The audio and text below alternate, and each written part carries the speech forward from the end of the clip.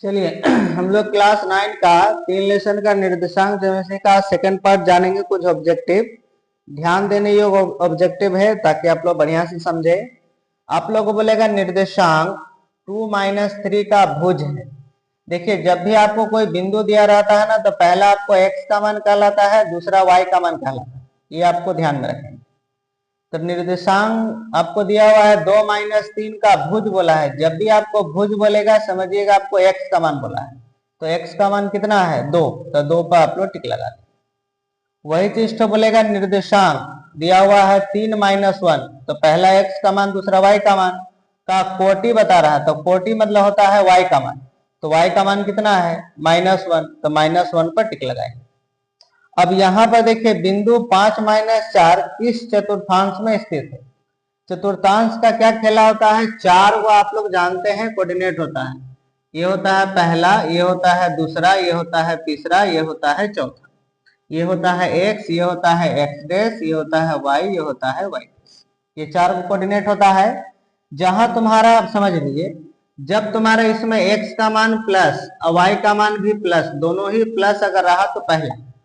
दूसरा कोऑर्डिनेट में x का मान होता है माइनस, y का मान होता है आपका प्लस, तो हो जाएगा दूसरा। तीसरा में अगर x का मान भी माइनस और y का मान भी माइनस, तो ये हो गया तीसरा। ठीक है। और चौथा में क्या होता है, x का मान प्लस लेकिन y का मान होता है माइनस।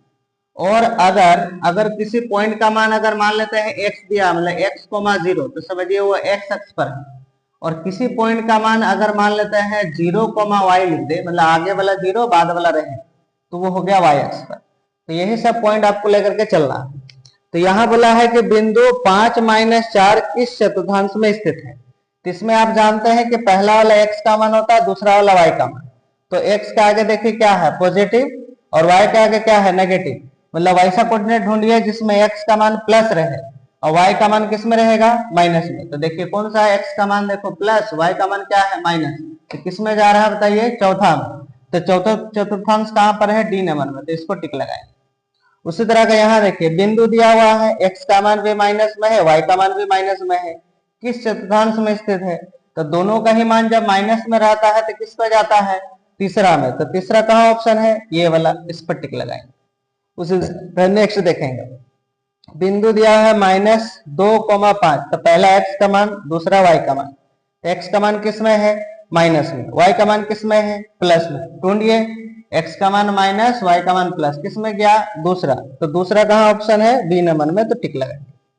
नेक्स्ट बिंदु आपको दिया है 0,-5, तो पहला x का मान 0, y का मान दिया हुआ है, जिसका मान दिया रहेगा उसी x पर बनेगा, ये किसी चतुर्थांश में नहीं बनेगा।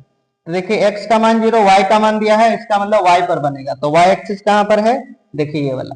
वही चीज तो अगर लिख देता कि हाँ 5,0, तो बताइए x का मान है, y का मान नहीं है, तब x पर मान है तो x अक्ष पर लिख देते।